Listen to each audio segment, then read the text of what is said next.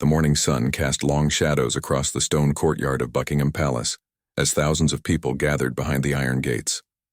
Among them stood Sarah Mitchell, a 34-year-old teacher from Manchester, clutching a small bouquet of white roses. Her hands trembled slightly, not from the cold London air, but from the overwhelming emotion that had been building inside her chest for weeks. Sarah had traveled over 200 miles to be here today, driven by a promise she made to her late father. 3 months earlier, her dad had passed away after a brave battle with cancer. During his final days in the hospital, he had shared stories about his time serving in the British Army during the 1980s. His eyes would light up whenever he spoke about the discipline, honor, and brotherhood he experienced during those years. "Promise me something, love," her father had whispered during one of their last conversations. "When I'm gone, take some flowers to the palace guards. They represent everything good about our country's service." At the time, Sarah thought it was just the medication talking, but as the weeks passed, she realized how much those words meant to him. Now she stood among the crowd, watching the famous red-uniformed guards marching in perfect formation. Their black bearskin hats stood tall and proud, their movements precise and synchronized. These were the Queen's Guards, members of elite regiments who had served the British monarchy for centuries. Each guard represented years of rigorous training, unwavering dedication, and a commitment to duty that few could understand. As Sarah moved closer to the gates, she noticed something that made her heart skip. One of the guards, standing perfectly, still at his post, had tears slowly rolling down his cheeks. His face remained stoic and professional, but the emotion was unmistakable. Sarah wondered what could have moved this trained soldier to such a display of feeling while on duty. Unknown to Sarah and the other spectators, Guard James Peterson was experiencing one of the most difficult moments of his military career. Just hours before his shift began, he had received devastating news from home. His younger brother Michael, also a soldier serving overseas, had been killed in action. The news had arrived through official channels just as James was preparing for his ceremonial duties. Military protocol demanded that James complete his shift regardless of personal circumstances. The Queen's Guard never abandons their post no matter what personal struggles they face. But as he stood there, surrounded by tourists and well-wishers, the weight of his loss became overwhelming. Every face in the crowd reminded him of his brother's infectious smile. Every camera flash brought back memories of Michael's last video call home. Sarah noticed the guard's struggle and felt an instant connection. Something about his silent pain reminded her of her own grief. Without thinking, she approached the barrier that separated the public from the guards. Other tourists were taking selfies and making jokes, but Sarah saw beyond the ceremony and tradition. She saw a human being in pain. "Excuse me, officer," she called softly to the guard. James couldn't respond verbally while on duty, but his eyes met hers for just a moment. In that brief exchange, Sarah saw a depth of sorrow that mirrored her own recent loss. She held up the white roses her father had requested she bring. "These are for you and your fellow guards," she said, her voice carrying across the morning air. "My father was a soldier too. He wanted me to honor your service." James remained at attention, but Sarah could see the impact her words had on him. His breathing became slightly heavier, and more tears began to flow down his cheeks. Other people in the crowd began to notice what was happening. The usual chatter and laughter died down as they witnessed this unexpected moment of genuine human connection. Some visitors put away their phones, sensing that they were witnessing something more meaningful than a typical tourist attraction. A small girl, maybe 7 years old, tugged on her mother's coat. "Why is the guard crying, Mummy?" she asked innocently. Her mother, Mrs. Chen, an immigrant from Hong Kong who had brought her family to see the palace, struggled to explain. "Sometimes," she said gently, "even the bravest people need to show their feelings." The little girl, Lucy Chen, suddenly broke free from her mother's grip and ran toward the barrier. Before anyone could stop her, she pulled a small teddy bear from her backpack, a gift she had planned to keep as a souvenir from London. "For the sad guard," she announced, placing the tiny bear near the fence. This simple act of kindness from a child created a ripple effect throughout the crowd. Sarah, stepped forward and carefully placed her father's white roses beside Lucy's teddy bear. Other visitors began approaching the barrier, not to take photos or seek attention, but to leave small tokens of support. An elderly veteran, recognizing the signs of a soldier in distress, removed his own military service pin and placed it near the growing collection of tributes. "For a brother in arms," he said quietly. A young couple from Scotland left their tartan scarf. A family from Wales placed a small Welsh flag. Each gesture was made in respectful silence, understanding that they were witnessing something sacred. Guard James Peterson stood motionless, but inside his heart was breaking and healing simultaneously. The outpouring of compassion from complete strangers reminded him why he chose to serve. These people didn't know about his brother or his personal loss, yet they responded to his humanity with kindness and respect. As his shift continued, James found strength in the growing memorial of small gifts at his feet. Each item represented someone who chose compassion over indifference, connection over distance. The white roses, the teddy bear, the service pin, and dozens of other small tokens became symbols of the invisible threads that connect all people in moments of shared humanity. By midday, word of the touching scene had spread through social media and local news. But for Sarah, James, little Lucy, and everyone else who witnessed those first moments, the real impact wasn't about fame or recognition. It was about remembering that behind every uniform, every ceremony, and every tradition, there are real people with real hearts capable of both great strength and deep feeling. Word spread quickly through London about the touching scene at Buckingham Palace. By evening, local news stations were reporting on the mysterious moment when a royal guard was moved to tears, and how the public responded with an outpouring of compassion. But the real story was just beginning to unfold. Detective Inspector Maria Santos had been walking through Hyde Park when she received a call from her colleague at Scotland Yard. "Maria, you need to see the news," he said urgently. "There's something about the palace guards that might interest you." Maria had been working on a cold case involving a missing veteran, and any story about military personnel caught her attention. When Maria saw the footage on her phone, her heart nearly stopped. The guard in the video looked remarkably similar to someone she had been searching for, Thomas Wright, a former soldier who had disappeared 6 months ago after struggling with severe depression following his return from deployment. Thomas's family had been desperate for answers, and Maria had promised his elderly mother she wouldn't give up the search. Racing back to her office, Maria pulled up Thomas's military records and compared them with the guard's appearance in the news footage. The height, build, and facial features matched closely, but she needed to be certain. She immediately contacted the Ministry of Defense to inquire about the identity of the guard involved in the morning's emotional scene. Meanwhile, at the palace, Guard James Peterson was finishing his shift with a heavy heart but renewed spirit. The impromptu memorial that had formed at his post throughout the day had been carefully collected by palace staff and would be delivered to him later. As he changed out of his ceremonial uniform, his commanding officer, Sergeant Major Williams, approached him privately. "Peterson, I heard about your brother," Williams said solemnly. "I also heard about what happened during your shift today.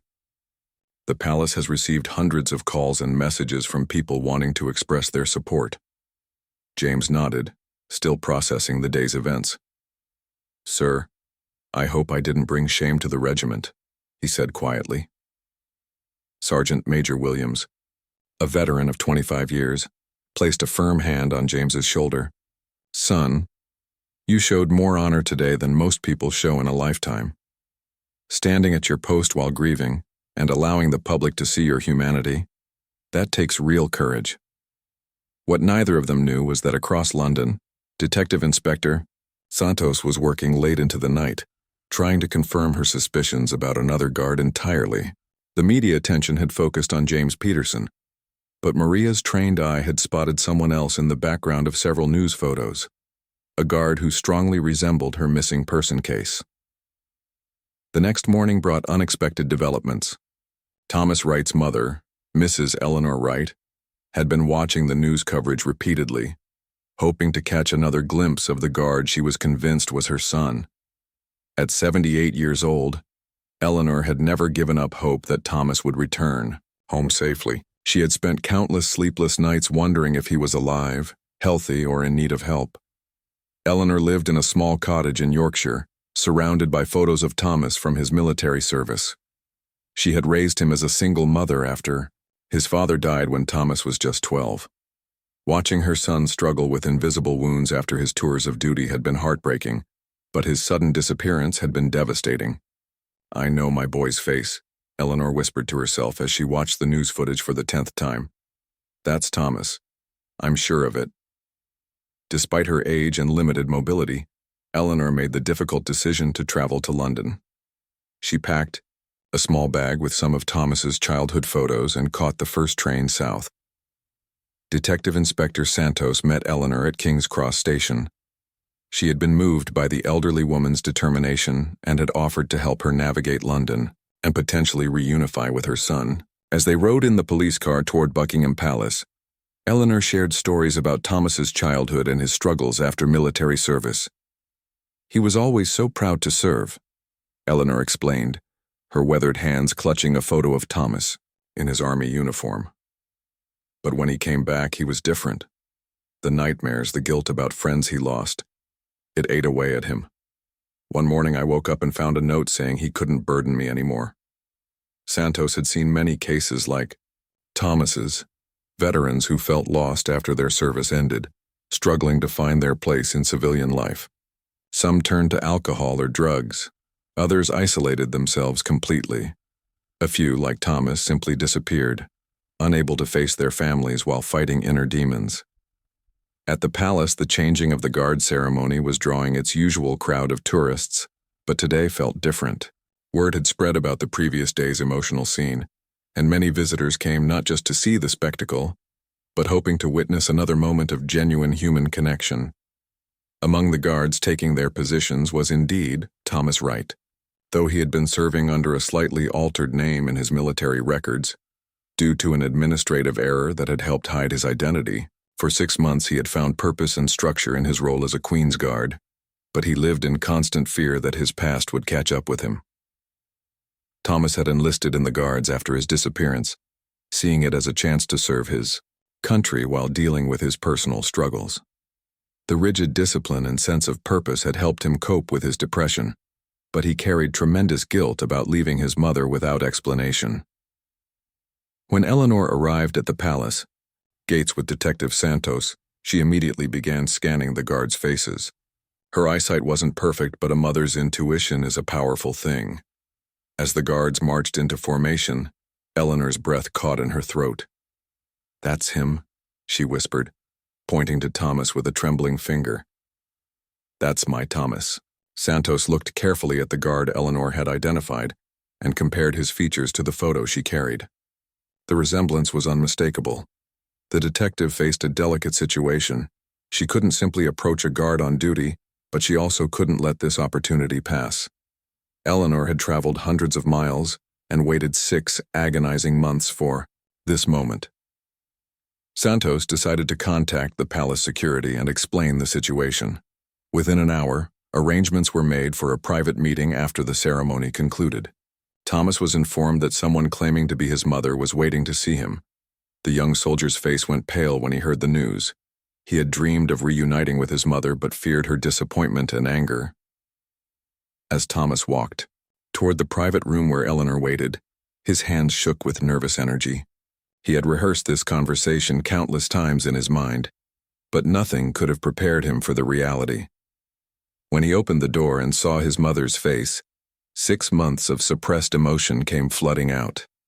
Eleanor rose from her chair, as best she could, and opened her arms. "My boy," she said simply. "My dear sweet boy." Thomas broke down completely, falling into his mother's embrace as years of pain, guilt, and longing poured out of him. Both mother and son wept openly, holding each other as if they might disappear again at any moment. Detective Santos watched from the doorway, wiping away her own tears. In her years of police work, she had witnessed many reunions, but few as powerful as this one. The case that had consumed months of investigation was solved not through detective work alone, but through a mother's unwavering love and the power of human recognition. The reunion between Thomas Wright and his mother Eleanor had been kept private by palace officials, but word began to spread among the guard regiments about the emotional family reconciliation. What nobody expected was how this single event would trigger a chain reaction of similar discoveries and reunions across London. Dr. Jennifer Morrison, a psychiatrist specializing in military trauma, had been following the news coverage with professional interest. She worked at a veterans support center in South London and recognized the signs of what she was seeing. The public emotional response to the guards wasn't just about sympathy, it was about recognition. People were connecting with these soldiers because they saw their own struggles, losses, and hopes reflected in their faces. This could be bigger than anyone realizes, Dr. Morrison told her colleague during their morning meeting. If one missing veteran was found through media attention, there might be others. She decided to reach out to Detective Inspector Santos to discuss the possibility of using the increased attention on the guards to help locate other missing service members. Meanwhile, across London, in a small bed and breakfast, 45-year-old Michael Chen was eating breakfast when he nearly choked on his tea. On the television screen, a news reporter was interviewing people about the emotional scenes at Buckingham Palace. In the background footage, Michael spotted a face he had been searching for desperately: his brother David Chen, who had vanished 2 years ago after returning from Afghanistan. Michael hadn't seen David since their father's funeral. David had been struggling with survivor's guilt after losing several members of his unit in an explosion. He blamed himself for surviving when others didn't, and the weight of that guilt had driven him to cut off all contact with his family. Michael had hired private investigators, posted missing person flyers, and even appeared on local radio shows, pleading for information about David's whereabouts. Without hesitation, Michael grabbed his phone and called every contact he could think of: the police, the military, and even the palace tourist information line. His hands shook as he explained to anyone who would listen that he was certain his missing brother was serving as one of the Queen's guards. At the palace, the guards were experiencing something unprecedented. Sergeant Major Williams had been fielding calls all morning from families claiming to recognize relatives among his men. Some were clearly cases of mistaken identity, but others seemed legitimate. The situation was delicate. The guards' privacy needed protection, but genuine family reunifications couldn't be ignored. Guard David Chen was having the most difficult week of his military career. He had joined the Queen's Guard specifically because he wanted to disappear from his old life. The strict routine and anonymous nature of the ceremonial duties had provided him with structure and purpose while keeping him hidden from a past he wasn't ready to face. But now, with all the media attention and public scrutiny, David felt exposed and vulnerable. He had seen his own face in news footage and knew it was only a matter of time before someone from his previous life would recognize him. The irony wasn't lost on him. He had chosen to serve at one of the most photographed locations in London, while trying to remain hidden. Dr. Morrison arrived at Scotland Yard that afternoon to meet with Detective Santos. Together they developed a plan to handle what they were calling the palace effect, the phenomenon of missing veterans being identified through increased media coverage of the guards. "We need to be careful," Dr. Morrison explained. "Some of you. These men disappeared because they weren't ready to face their families or their trauma. Forcing reunions could cause more harm than good." Santos nodded in agreement. Her experience with Thomas Wright had shown her both the joy and the delicate nature of these situations. They decided to create a protocol. When family members claimed to recognize a guard, they would verify the identity through official channels, then approach the individual privately to gauge their readiness for contact. Mental health support would be available throughout the process. As word spread about their initiative, calls began pouring in from across the United Kingdom.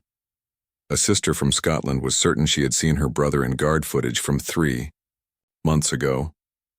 A wife from Wales had spotted what she believed was her husband, who had disappeared after struggling with PTSD. Parents, siblings, and spouses all came forward with hope and desperation in their voices. Back at the palace, the emotional toll on the guards was becoming apparent. They had trained to handle physical threats and ceremonial pressures, but not the intense emotional scrutiny they were now experiencing. Many of them had their own reasons for choosing military service. Some were running from difficult pasts, others were seeking structure and purpose. Guard Robert Harrison, a 28-year-old from Liverpool, found himself constantly looking over his shoulder. He had been estranged from his family for 5 years after a bitter argument about his career choices. His parents had wanted him to take over the family business, but Robert had felt called to military service. The last words his father spoke to him were harsh and unforgiving. Now seeing the reunions and reconciliations happening around him, Robert began to wonder if he had made a mistake in cutting off all contact with his family. He thought about his younger sister's birthday, which he had missed for 3 consecutive years. He wondered if his parents still lived in the same house, if they ever thought about him, or if they had written him off completely. During a quiet moment between ceremonies, Robert approached James Peterson, who had become something of an unofficial counselor for the other guards dealing with family issues. "How do you know when you're ready?" Robert asked quietly. "Ready to face the people you've hurt?" James, still processing his own grief and the outpouring of public support he had received, thought carefully before responding. "I think," he said, slowly, "you're ready when the pain of staying hidden becomes greater than the fear of facing the truth."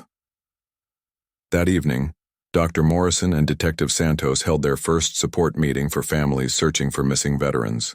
The community center in central London was packed with people holding photographs, sharing stories, and offering each other comfort and hope. Eleanor Wright spoke to the group about her reunion with Thomas. "I won't lie," she said, her voice strong, despite her age.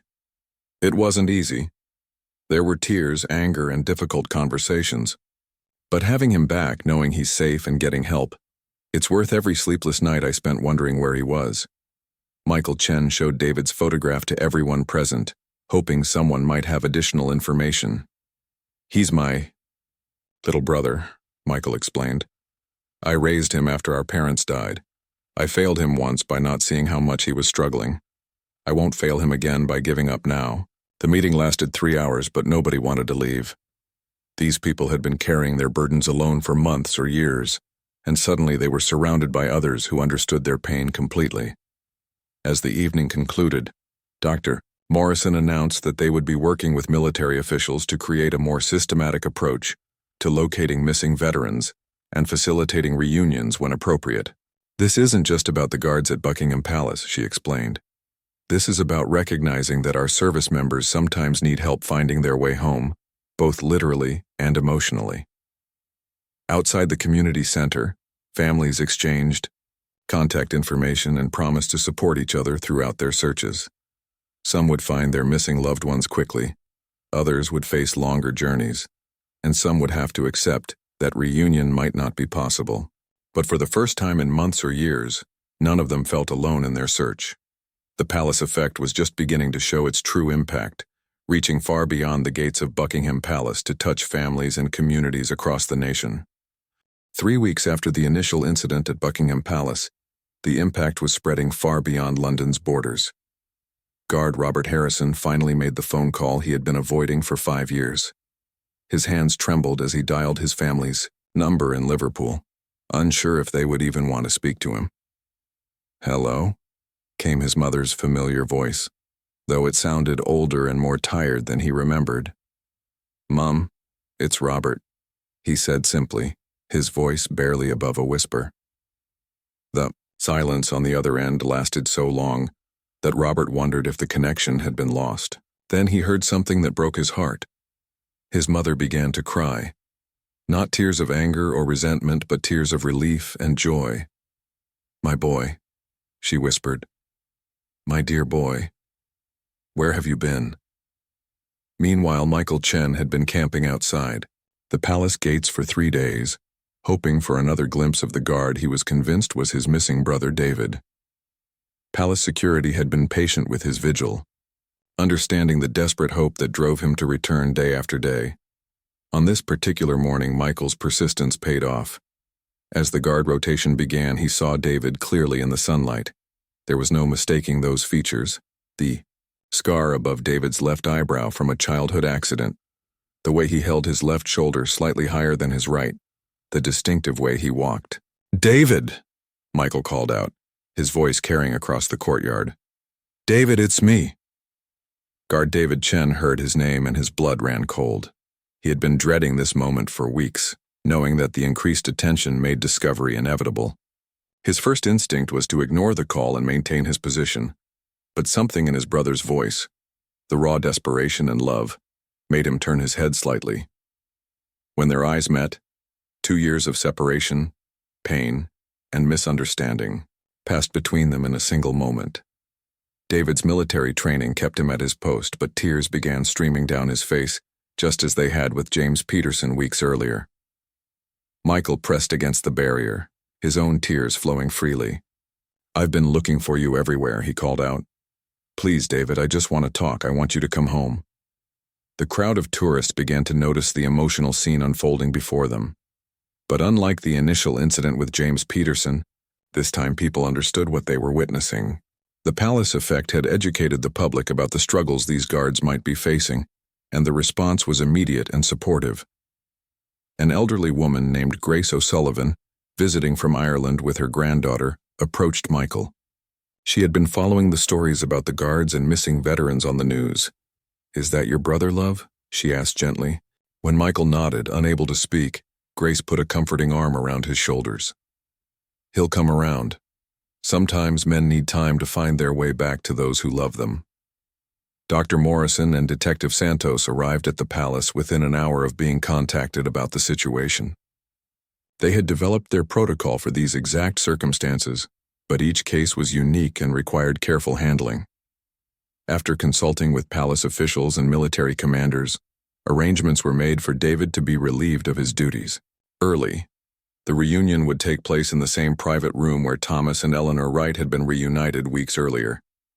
David walked into the room still wearing his ceremonial uniform, though his composure was completely shattered. Michael stood up from his chair, and for a moment neither brother moved. The last time they had seen each other was at their father's funeral, when harsh words had been exchanged and both men's pride had prevented reconciliation. "I'm sorry," David said, his voice breaking. "I'm so sorry for everything, for leaving, for not calling, for making you worry." Michael crossed the room in 3 quick steps and pulled his brother into a fierce embrace. "You don't need to apologize for struggling," he said firmly. "You need to apologize for not letting me help you struggle." Dr. Morrison watched from the corner, taking notes on the family dynamics and emotional patterns she was observing. Each reunion taught her more about the complex trauma that drove military personnel to disappear, and the equally complex love that drove families to never stop searching. As the brothers talked through their pain and misunderstandings, other developments were occurring across London. The support group Dr. Morrison and Detective Santos had established was growing rapidly. What started as a dozen families had expanded to over 50 people actively searching for missing veterans. Margaret Finley, a 52-year-old school principal from Birmingham, had driven to London after recognizing what she believed was her son Paul in crowd footage from the palace. Paul had served 3 tours in Iraq and Afghanistan before struggling with severe PTSD. He had attempted suicide twice before disappearing 8 months ago. Margaret had spent every weekend for 8 months visiting homeless shelters, hospitals, and police stations, showing Paul's photograph to anyone who would look. She had never considered that he might have found his way back into military service through the ceremonial guards. At the support group meeting that evening, Margaret shared Paul's story with the gathering. "He was such a happy child," she told, the group holding a photo of Paul in his school uniform. "Always helping others, always volunteering for charity work. The military gave him purpose, but the things he saw over there, they changed him." Thomas Wright attended the meeting with his mother Eleanor, wanting to offer support to other families going through what they had experienced. His reunion with his mother had been just the beginning of a long healing process, but having Eleanor's unconditional love and support had made all the difference. "Recovery isn't linear," Thomas told the group. "There are good days and bad days, but knowing that people love you and want you to succeed, That makes the bad days bearable. The meeting was interrupted by an urgent phone call for Dr. Morrison.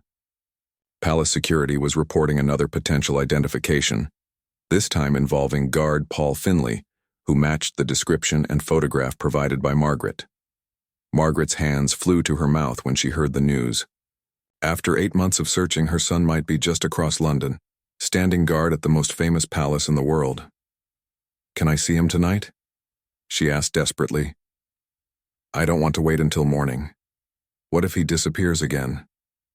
Dr. Morrison understood Margaret's urgency, but she also knew that rushed reunions could be traumatic for veterans who weren't emotionally prepared. She promised Margaret that contact would be made with Paul immediately, but any meeting would need to be handled carefully. At the palace, guard Paul Finley was finishing his evening duties when Sergeant Major Williams approached him privately. "Finley, I need to speak with you about a personal matter," Williams said gently. Paul's heart began racing. He had been dreading this conversation since the media attention began weeks ago. He knew his disappearance had caused his family tremendous pain, but he also knew that his mental state when he left had been dangerous. He genuinely believed that staying away was protecting them from his problems. "Is it my mother?" Paul asked quietly. Williams nodded. "She's here in London, son. She's been looking for you for 8 months. Paul sat down heavily in a nearby chair. "I can't face her," he said, his voice filled with shame. "I can't let her see what I've become." "What have you become?" Williams asked seriously. "A man who serves his country with honor? A guard who stands proudly in one of the most prestigious regiments in the world? Son, you haven't become something shameful. You've become someone who found a way to serve despite his struggles." That night, as Margaret waited in her hotel room, Paul walked the streets of London wrestling with 8 months of guilt, fear, and longing. He thought about his mother's face, her laugh, her terrible cooking that he had always pretended to enjoy. He thought about birthdays missed, holidays spent alone, and the pain his silence had caused. By morning, Paul had made his decision. He would face his mother, his past, and his future with the same courage he brought to his military service. The palace effect had shown him that running away from love wasn't protecting anyone. It was just creating more pain for everyone involved. The reunion was scheduled for the following afternoon, giving both Paul and Margaret time to prepare emotionally. Dr. Morrison would be present to facilitate the conversation and provide support if needed. As the sun set over London, families across the city were preparing for conversations they had dreamed about for months. The Queen's Guards had unknowingly become symbols of both service and hope, showing that sometimes the people we've lost are hiding in plain sight, wearing uniforms of honor while carrying burdens of pain. The reunion between Paul Finley and his mother Margaret became a turning point, not just for their family, but for the entire movement that had grown around the palace effect. When Margaret saw her son walk through the door of the private meeting room, 8 months of worry, fear, and sleepless nights culminated in a moment of pure relief and joy. Paul had prepared himself for anger, disappointment, or recrimination from his mother. Instead, Margaret simply opened her arms and said, "Welcome home, my love." The simplicity of her acceptance broke down walls that Paul had built around his heart for months. "Mum, I'm not the same person who left," Paul warned her through his tears. "I have problems, nightmares, days when I can't function properly." Margaret took her son's face in her hands, looking directly into his eyes. "Do you think a mother's love depends on her child being perfect? I love you on your worst days, just as much as your best days. We'll figure out the rest together." Dr. Morrison documented this reunion carefully, noting how Margaret's unconditional acceptance seemed to provide Paul with an immediate sense of safety and belonging that months of military structure alone hadn't achieved. The combination of service, purpose, and family love was proving to be a powerful healing formula. Meanwhile, across London, the ripple effects continued expanding. The BBC had produced a documentary about the palace effect, which aired nationally and brought attention to the broader issue of missing veterans. The program featured interviews with reunited families, mental health experts, and military officials discussing the challenges faced by returning service members. The documentary caught the attention of Colonel Richard Thornton, a retired military officer who had been tracking similar patterns across Europe. Thornton contacted Dr. Morrison with startling information. The phenomenon wasn't limited to London or even Britain. Missing veterans were being discovered in ceremonial guard units, military bands, and honor guards across multiple countries. It makes perfect sense when you think about it, Colonel Thornton explained during a video conference with Dr. Morrison and Detective Santos. These roles provide structure, purpose, and anonymity. Veterans who can't adapt to civilian life but aren't ready to reconnect with their families often gravitate toward these positions. This revelation led to an international collaboration. Military officials from France, Germany, Canada, and Australia began sharing information about their own ceremonial units, looking for patterns that might help identify and assist struggling veterans who had gone missing. In Edinburgh, Sarah McLeod was watching the BBC documentary when she recognized a guard in background footage from a ceremony at Edinburgh Castle. Her heart raced as she studied the face. It looked remarkably like her nephew Jamie, who had vanished a year ago after serving in Afghanistan. Sarah immediately called the number provided at the end of the documentary. Within hours, she was connected with the international network that had formed around helping missing veterans and their families. Jamie McLeod had indeed been serving with the Royal Regiment of Scotland, participating in ceremonial duties at Edinburgh Castle. When approached about his aunt's inquiry, Jamie initially panicked and considered fleeing again. But the support systems that had been developed through the Palace Effect were now in place to help him process these emotions. Military chaplain, Father Duncan Murray, had been trained in the new protocols for handling these situations. He sat with Jamie in the castle's quiet chapel, allowing the young man to express his fears about reconnecting with his family. "I let them down," Jamie confided. "I came back from deployment angry and bitter. I said terrible things to my aunt who raised me after my parents died. She deserved better than the person I had become." Father Murray listened patiently before responding. "Sometimes we have to forgive ourselves before we can accept forgiveness from others. Your aunt has been searching for you for a year. That doesn't sound like someone who has given up on you." The conversation continued for hours, with Jamie slowly working through the guilt and shame that had driven him away from the only family he had left. By evening, he had agreed to speak with his aunt by phone, with Father Murray present for emotional support. When Sarah heard Jamie's voice after a year of silence, she immediately began planning her trip to Edinburgh. "I don't care what happened before," she told him firmly. "I care about what happens next." Back in London, the success of these reunions was creating new challenges. The volume of inquiries was overwhelming the small team that Dr. Morrison and Detective Santos had assembled. Families from across the UK and Ireland were reporting missing veterans, and many were traveling to London hoping to find their loved ones among the Queen's Guards. The Ministry of Defence stepped in to provide additional resources and establish official protocols for handling these cases. A dedicated unit was created to manage inquiries, verify identities, and coordinate reunions while protecting the privacy and mental health of active service members. Sergeant Major Williams found himself at the center of this transformation. His guards were no longer just ceremonial figures. They had become symbols of hope for families across the nation. The responsibility weighed heavily on his shoulders, but he also felt pride in how his men were handling the attention and pressure.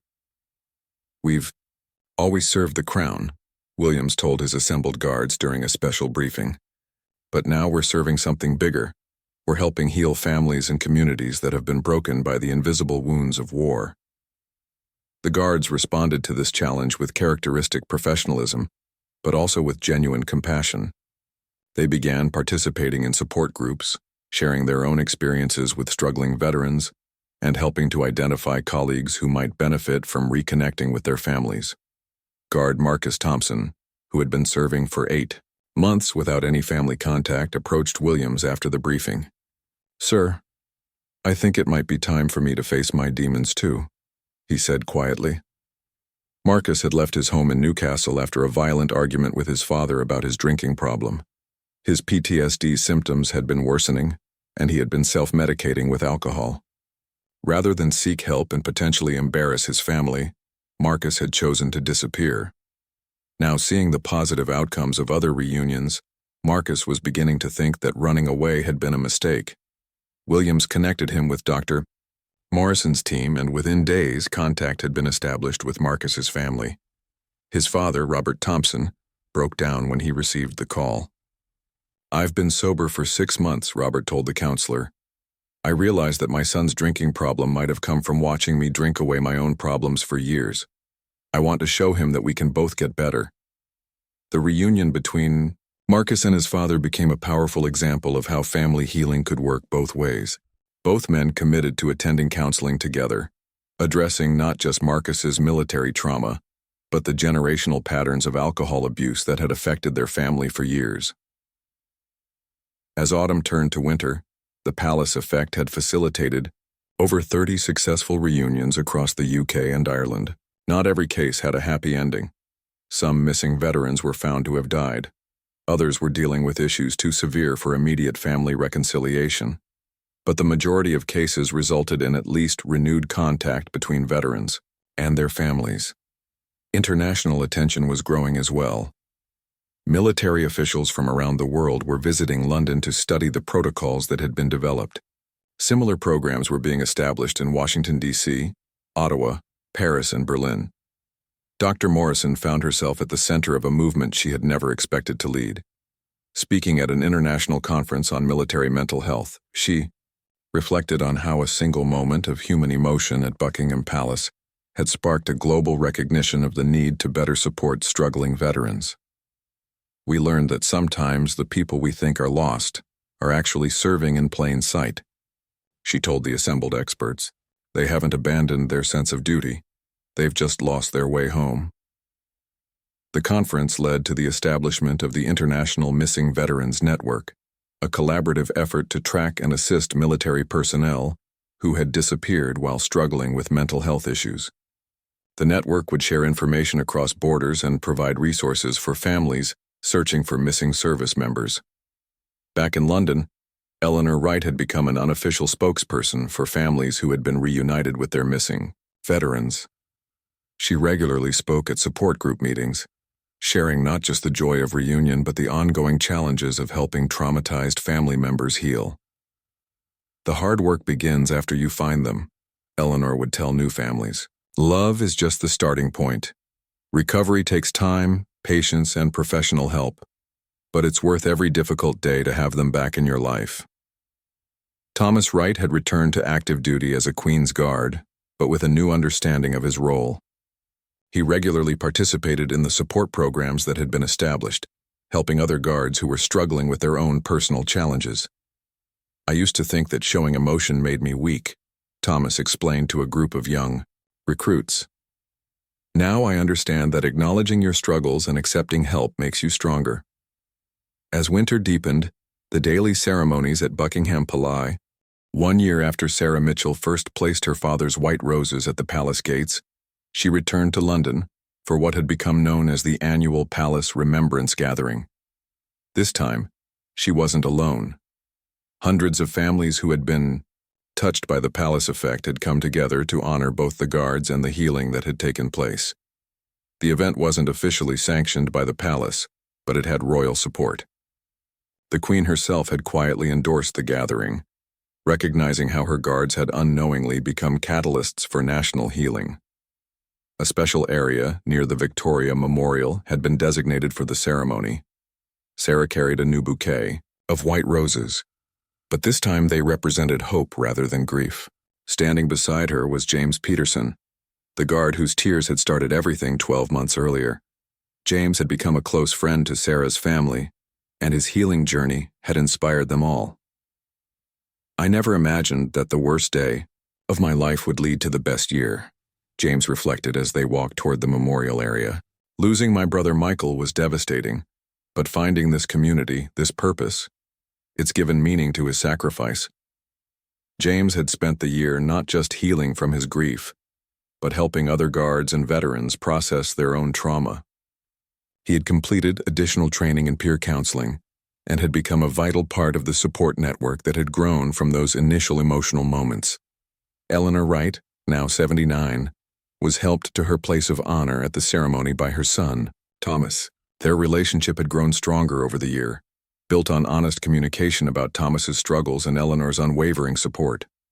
Thomas had remained with the Queen's Guard, but had also become an advocate for veteran mental health services. "My mother taught me that love doesn't require perfection," Thomas told the gathered crowd.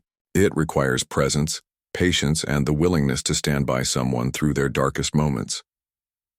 The Wright family had become a symbol of successful reunion and ongoing recovery. Their story had been featured in military publications, mental health journals, and family magazines. But for Eleanor and Thomas, the attention was less important than the daily work of rebuilding their relationship. Dr. Morrison stood before the crowd to present the year's statistics. The Palace Effect had led to the identification and reunion of 127 missing veterans across the UK and Ireland. The international network they had established had facilitated similar reunions in 12 other countries, with over 300 families reunited worldwide. But numbers don't tell the whole story, Dr. Morrison explained. Each reunion represents years of worry transformed into relief, pain transformed into healing, and separation transformed into connection. The crowd included not just reunited families, but also military officials, mental health professionals, and tourists who had witnessed the original emotional scenes and wanted to understand their impact. Among them was little Lucy Chen, now 8 years old, who had placed her teddy bear by the palace gates a year earlier. Lucy's simple act of kindness had become legendary in her school. She regularly spoke to other children about compassion, empathy, and the importance of helping people who seemed sad or lost. Her teacher had used Lucy's story to create lessons about citizenship and community responsibility. "I didn't know the guard was missing from his family," Lucy told a reporter who was covering the anniversary gathering. "I just knew he looked like he needed a friend." The Chen family had stayed in touch with several of the guards throughout the year, sending cards and letters of encouragement. Lucy's parents had been amazed to see how their daughter's natural compassion had contributed to such a significant movement. Michael and David Chen were present at the ceremony, their relationship stronger than it had ever been. David's recovery from his military trauma had been challenging, but having Michael's support had made all the difference. The brothers had even started a non-profit organization to help other veterans reconnect with their families. "Isolation is the enemy of healing," David explained to a group of younger veterans. "I thought I was protecting my family by staying away, but I was actually prolonging everyone's pain." The ceremony included a moment of silence for missing veterans who had not yet been found, and for those who had been located but were not yet ready for reunion. Dr. Morrison's team continued to receive new cases each week, and they had learned that the healing process couldn't be rushed. Margaret and Paul Finley attended the ceremony together, their relationship transformed by a year of honest communication and professional support. Paul had remained with the guards but had also become a spokesperson for military mental health awareness. "My mother never gave up on me, even when I had given up on myself," Paul told the gathering. "That's the power of unconditional love. It can reach across any distance and heal any wound." Margaret had become one of the most active volunteers with the Family Support Network, helping newly searching families navigate the complex emotions of looking for a missing loved one. Her own experience had taught her the importance of maintaining hope while preparing for any outcome. As the ceremony concluded, Sergeant Major Williams addressed the crowd on behalf of all the guards who had been part of the Palace Effect. His voice was strong but emotional as he spoke about the unexpected role his regiment had played in healing families. "We trained to protect the crown and uphold tradition," Williams said. "But this year taught us that our service extends beyond ceremony and protocol. We serve the people, and sometimes that means allowing them to see our humanity." The guards present at the ceremony stood at attention during Williams's speech, their uniforms pristine and their bearing proud. But there was something different about them now. A warmth in their eyes, a connection to the crowd that transcended their ceremonial role. As the sun set over London, families began to disperse, but many lingered to continue conversations and strengthen the bonds that had formed through shared experience. The palace effect had created a community that extended far beyond the original crisis that brought them together. Sarah Mitchell walked slowly back toward the palace gates, carrying her empty hands now that the roses had been placed at the memorial. She thought about her father's final request and how it had led to something far greater than either of them could have imagined. At the gates, she paused to watch the evening ceremony. The guards moved with their traditional precision, but Sarah now saw them as individuals, young men with their own stories, struggles, and dreams. Some were still healing, others were helping others heal, and all of them were serving their country in ways they had never expected. As she turned to leave, Sarah noticed a young woman standing nearby, tears streaming down her face as she watched the guards. In the woman's hands was a photograph, clearly a missing person photo. Sarah approached gently. "Are you looking for someone?" she asked softly. The woman nodded, unable to speak through her emotions. Sarah put a comforting arm around her shoulders. "My name is Sarah Mitchell," she said. "Let me tell you about a group of people who might be able to help." The palace effect was no longer a phenomenon with a beginning and end. It had become a movement, a support system, and a reminder that healing can begin in the most unexpected moments and places. The Queen's Guards continued their duties with honor and dignity, but they now carried an additional responsibility, being symbols of hope for families who refused to give up on love. As London settled into evening quiet, the palace stood as it always had, a symbol of tradition, continuity, and service. But now it represented something more: the power of human connection to overcome pain, the importance of never giving up on those we love, and the truth that sometimes the people we think we've lost are standing right in front of us, waiting for someone to truly see them.